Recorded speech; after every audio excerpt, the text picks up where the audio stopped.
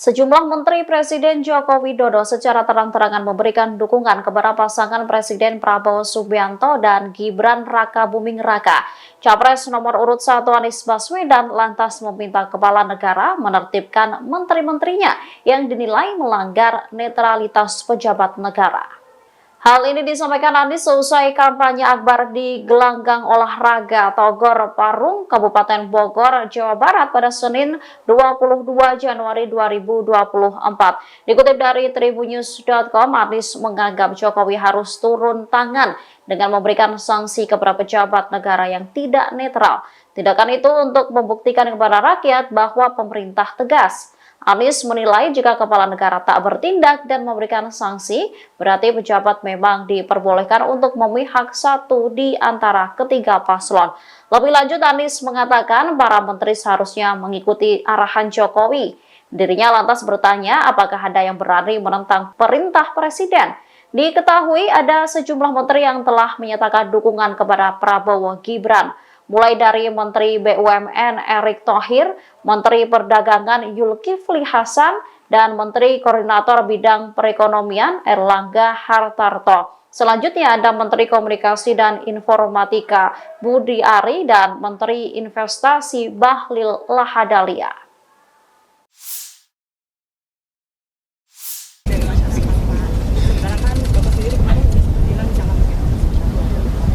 Saya nggak mau menilai lagi. Kalau menilai nanti jadi debat yang kedua lagi nanti.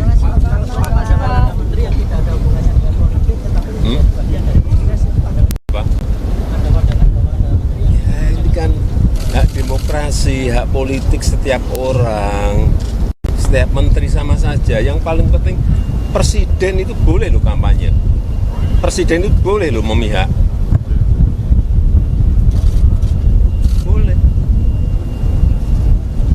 Tapi yang paling penting waktu kampanye tidak boleh menggunakan fasilitas negara. Boleh, Pak. Kita ini kan pejabat publik sekaligus pejabat politik. Segini nggak boleh berpolitik, nggak boleh. Menteri juga boleh. Gimana? Itu saja. Yang mengatur itu hanya tidak boleh menggunakan fasilitas negara. Itu aja. Pak, ada rekomendasi untuk mundur, Pak. Gimana? Ya saya mau tanya. Ya enggak. Pak Presiden, yang kampanye itu sebaiknya mundur bagaimana, Pak? Apanya? Kalau ada banyak rekomendasi agar menteri yang berkampanye Semua. Teman-teman yang punya pertanyaan sekritis apapun disiapkan.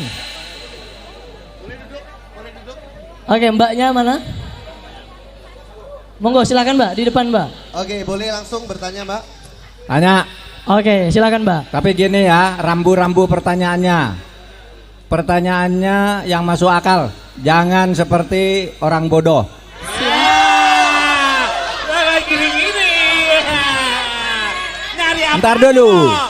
Ntar dulu, ini karena saya ini orang NU, jadi di NU itu ada pesan Imam Syafi'i. Kata Imam Syafi'i, saya sudah berdiskusi dengan ratusan orang pandai, selalu memuaskan. Tapi yang paling sulit itu berdiskusi dengan orang bodoh. Maka di kalangan NU itu ada dalil. Ya, tarkul jawab alal jahil jawabun. Tidak menjawab pertanyaannya orang bodoh itu adalah jawaban yang paling baik. Ayo tanya yang baik. Tabrak! Tabrak! Tabrak! Tabrak! Tabrak! Tabrak! Tabrak! Oke, silakan mbak. Silakan mbak. Baik, Namanya Mas Teo. Pertanyaannya lebih spesifik nih. Oke. Bagaimana kaitannya dengan pelanggaran HAM di tahun 98, Prof? Oke, bagaimana Prof? Itu yang ditunggu-tunggu itu pasti itu. Siapa ya? Yang tanya kamu apa sana? Oh, pertanyaannya ini. Iya. Nah, ini dulu Prof. Kasus 98 itu terjadi pelanggaran HAM berat dalam 3 kasus. Setuju. Ya, dalam 3 kasus. Catat. Nah, sekarang ini masih terus berproses untuk dicari pembuktiannya. Sebagian sudah diadili, kan sebagian sudah ada yang dihukum kan? Ya. Iya kan, sudah ada yang dihukum.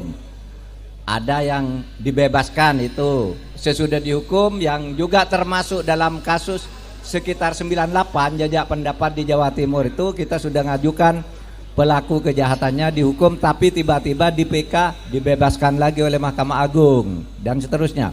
Jadi kita akan terus mencatat ini, ingin memastikan ketika ini masuk ke pengadilan tidak buang-buang waktu, dibebaskan lagi oleh Mahkamah Agung karena buktinya tidak ada, bukan peristiwanya tidak ada, buktinya tidak ada. Karena kalau saya katakan saya membunuh si A, orang yakin saya membunuh, tapi harus jelas membunuhnya dengan apa.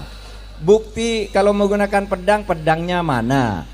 Ditusuk dari belakang ada di depan, itu harus jelas. Nah, pembuktian gitu tuh penting di dalam hukum, dan itu yang sekarang sulit bagi pelanggaran HAM berat itu, karena peristiwanya udah lewat. Kadangkala juga korbannya dipendem di tanah dengan semen, kita tidak tahu di mana tempatnya, bagaimana melakukannya. Nah, itu yang sekarang jadi problem di dalam hukum pelanggaran HAM berat kita, sehingga kita nanti berpikir mau mencari jalan yang lebih praktis. Pembuktian itu tidak usah bertele-tele lah, ada kebijakan apa enggak, gitu kan? Kebijakannya ada, karena pelanggaran HAM berat itu artinya kebijakan oleh pejabat resmi, gitu. Oke. Yuk. Izin lokasi acara desak Anies di kota Yogyakarta mendadak dicabut jelang sehari sebelum digelar pada Selasa 23 Januari hari ini. Pencabutan izin ini terjadi saat panitia sedang mempersiapkan proses acara pada Senin 22 Januari malam. Adapun rencananya acara desak Anies akan digelar di Museum Diponegoro, Sasana Wiratama, Jalan Hos Cokro Aminoto, Tegalrejo, Yogyakarta. Juru bicara Timnas Amin Iwan Tarigan dalam keterangannya pada Selasa 23 Januari mengatakan mereka sudah mendapat izin terkait acara ini. Menurut Iwan, ada sebanyak 5.700 peserta yang mendaftar acara desak Anies di Yogyakarta. Panitia kemudian berusaha mencari tempat lain hingga akhirnya dipindahkan ke Rocket Convention Hall di Sleman, DIY. Iwan mengatakan hambatan dan halangan yang dirasakan oleh panitia pelaksana desak Anies tidak ada apa-apanya dibandingkan dengan penderitaan rakyat kecil.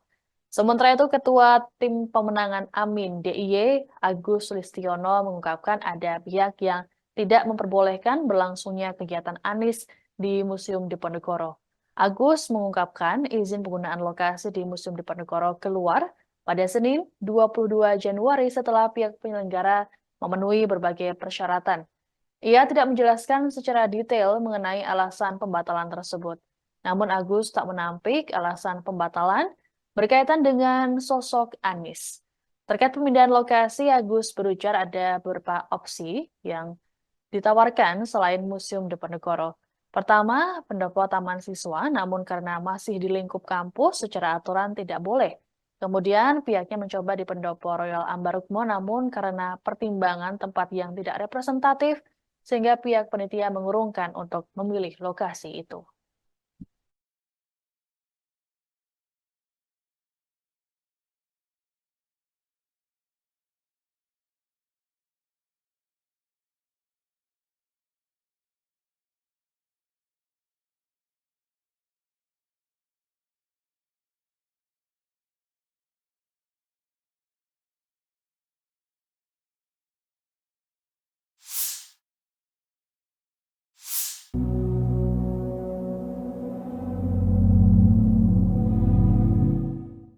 Sepertiga konglomerat di Indonesia ramai-ramai mendukung paslon nomor urut 2 Prabowo Subianto Gibran Raka Buming Raka dalam Pilpres 2024. Terkait hal itu, juru bicara Tim Nasional Anies Baswedan Muhaimin Iskandar memberikan komentarnya. Sebelumnya, sekitar 100 relawan Erick Thohir alumni Amerika Serikat atau ETAS resmi mendukung Prabowo Gibran pada Senin 22 Januari malam. Peringatan itu diwakili Garibaldi Thohir atau Boy Thohir yang merupakan kakak kandung dari Menteri BUMN Erick Thohir. Boy menegaskan bahwa kalangan penyumbang sepertiga perekonomian Indonesia itu siap memenangkan paslon nomor urut 2 itu dalam satu putaran.